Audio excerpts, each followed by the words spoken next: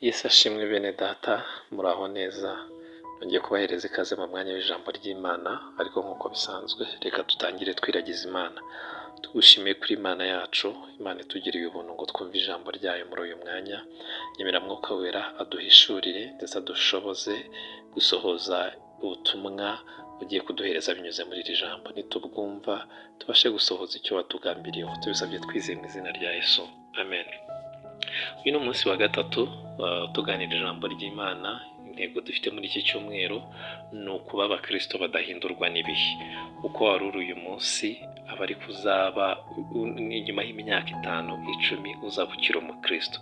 Uko uri mu gihe cya none kugeza ku mpera y'ubuzima bwawe uzaba ukiri umukristo. Imana itugirire neza, nicyo cyifuzo dufite. Kuri uyu munsi rero turasoma ijambo ry'Imana, turaza kwibanda cyane ku nkuru z'umugabo witwa Dema, niwe tuza gufatiraho inyigisho y'uyu munsi. Turabanza dusome mu rwandiko Pawulo yandikiye Abakolosayi 4:14, haranditse ngo Luka umuvuzi ukundwa na Dema barabatashya.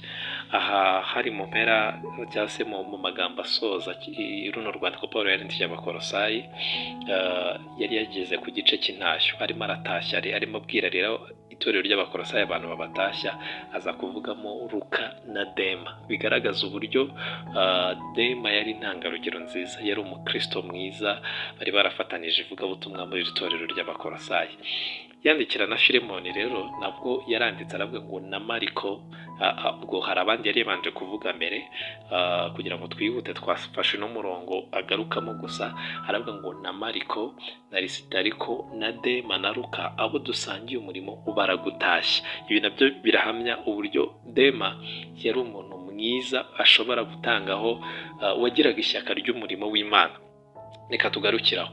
Ariko mu gusoza yaje kugira ubuhamya butari bwiza. Mu rwandiko rwa nyuma ruheruka izindi nzandiko zose Pawulo yanditse, ubonamo Dema watandukiriye intego yari yaratangiye. Ntabwo yari akigenda mu murongo mwiza. Mu rwandiko rwa kabiri Pawulo yandikiye Timoteyo 4:9 haranditse ngo gira umwete wo kuza aho ndi vuba. Dema yaransigiriye kuko akunze iby'iki gihe cya none, ajya i Tesaloniki. Kirisikenti nawe yagiye i Galatiya, naho Tito yagiye i Dalumatiya. Imana itugirire neza. Aha ni igihe Pawulo yari arimo abwira Timoteyo ngo agire umwete wo kuza ahantu ari, avugamo ukuntu ntabwo yari afite umuntu wamuba hafi ngo amufashe mu gihe yari ari mu munyururu. Avugamo ukuntu Dema ngo yamusigiye kuko yarakuruwe n'ibindi n'iby'isi, yarakuruwe n'ibindi bitandukira inzira y'agakiza. Imana itugirire neza. Bariya bandi Pawulo avugamo bo bari baragiye muri zindi gahunda zifite aho zihuriye n'ivugabutumwa, ariko Dema we ngo yaramusize akururwa n'ibintu by'isi. Imana itugirire neza. Nyamara uyu Dema mwitangira mu zindi nzandiko yari yaragiye amushima, amugaragaza nk'umuntu ufite ishyaka ry'umurimo w'Imana mwiza, ariko mu gusoza aza gusoza nabi. Imana iturinde kugira iherezo ribi. Imana yacu tugirire neza. Uyu mugabo ni urugero rukomeye rw'umuntu watangiye neza ariko asoza nabi. Nawe rero akubera akabarori. Uramutse utabaye maso, ubuhamya bwiza ufite bushobora gusozwa n'ubundi butari bwiza. Imana itugirire neza, kuko Satani ntanejejwe n'uko witwa umukristo. Uyu munsi ushobora kuba witwa umukristo ariko utabibereye maso. Bino bihe urimo, bino bihe dusohoyemo, Satani ashobora kubyifashisha akaguhindura ntubukire umukristo. Imana itugirire neza. Mu gitabo cy'Umugenzi bavugamo uyu mugabo witwa Dema. Ni igitabo cyanditswe n'uwitwa Bunyan, bisa nk'iyerekwa yagize. Ngo muri icyo gitabo rero harahavugamo umugabo witwa Dema, ari we uyu nguyu yarakotinze.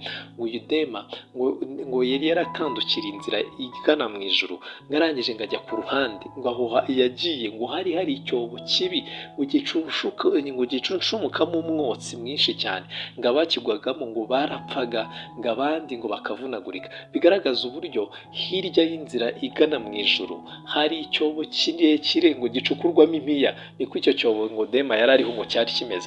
Ariko icyo cyobo ngo abakigwamo ngo benshi baravunagurika, ntibabe bakibashije gukomeza inzira igana mu ijuru, ngo abandi mu bakirangamiye ngo bagwamo bagapfa. Bigaragaza ukuntu abantu bapfa mu bugingo. Mu by'ukuri ubutunzi si bubi, amafaranga si mabi, ariko amafaranga ari ku ruhande y'inzira igana mu ijuru, amafaranga ari ku ruhande yo kwera no no gukiranuka kw'Imana, ayo ngayo ni mabi ararimbuza. Dusohoye mu gihe kigoye, mu gihe ubuzima buhenze cyane, igiciro cyo kubaho kirahenze, kugira ngo wubake inzu birahenze, ibyo kurya birahenze, transport irahenze, ibyo kwambara birahenze cyane, education uburezi kugira ngo ubashe kwishyura amashuri yaba ufite mu nshingano birahenze cyane, ubuvuzi burahenze, imiti irahenze kandi indwara zo ni nyinshi.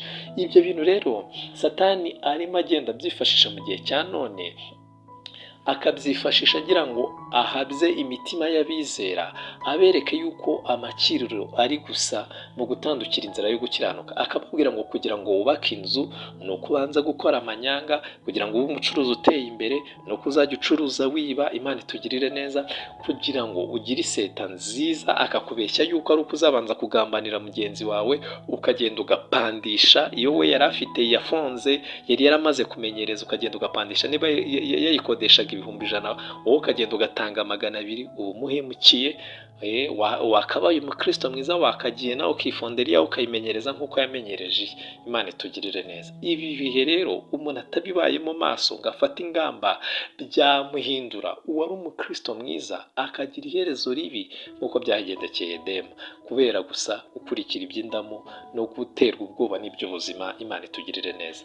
Dema kubera akabarori, uramenye ufata ingamba. woweho wumvishije rino jambo, fata ingamba zituma ugumana umwimerere wa gikristo, uba umukristo mwiza muri uyu mwaka turimo. Umwaka utaha bazakubona, abazabona imbuto wera, bazabone kuko kutigeze utakaza ubukristo bwawe. Na nyuma y'imyaka 10 abazakubona bazabone ko ugifite ubuhamya bwiza bukwiriye abakristo, bukwiriye abagenzi bajya mu ijuru. Na nyuma y'imyaka 20 kugeza ku mpera y'ubuzima bwawe, uzaba ugifite ubuhamya bwiza bukwiriye abagenzi bajya mu ijuru. Uzaba uri umukristo utarahinduwe n'ibihe, yaba ibihe byiza cyangwa bibi, yaba ibihe by'ubuzima buhenze cyangwa se ubudahenze, ubuzima ubwo ari bwo bwose uzahosohoramo. Ufata ingamba zituma wegera Imana, ingamba zituma unesha byose, ku buryo uzaba umukristo udahindurwa n'ibihe. Imana itugirire neza. Ube maso, ntuhindurwe n'ibihe. Yesu aduhana.